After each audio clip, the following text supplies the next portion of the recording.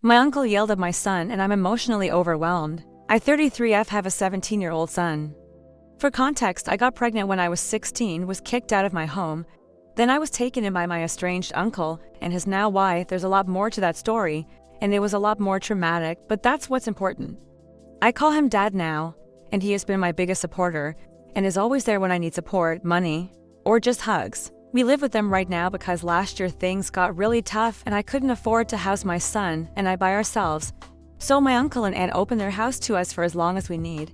They're way too good to us. My son and I got into an argument today over the school year that's about to start because he just barely passed junior year, and he's going into his senior year of high school. He seems to really not care, and I was telling him he needs to graduate. It slowly started to escalate.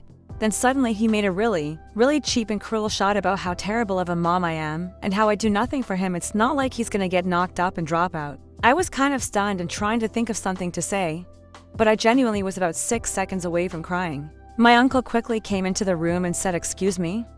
and got in my son's face and started to raise his voice and slowly started to full-on yell about how he didn't know what the hell he was talking about or what I've done and sacrificed for his sorry ass. And he went on to talk about how he's a goddamn moron who doesn't deserve me as a mom if he can't see or appreciate how much I love him or how much of my life I've invested into him. My uncle is the most patient and well-tempered person I've ever known in my life, and I have never seen him lose his cool like that. When he was done, my son just said, "Okay, fine, would you just leave me alone please?" and went up to his room.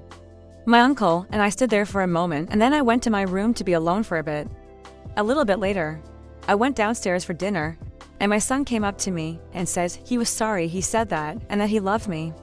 I hugged him and said I forgave him and I loved him too, and we were able to move on and eat with my uncle and his wife. It is 3:30 a.m. right now, and I'm still riding the emotions of that. I've never had someone say something that cruel to me, and I've never had anyone advocate so hard for me, and I'm still processing that big clash of emotions. I'm not even sure the impact of what either of them did has sunk in yet.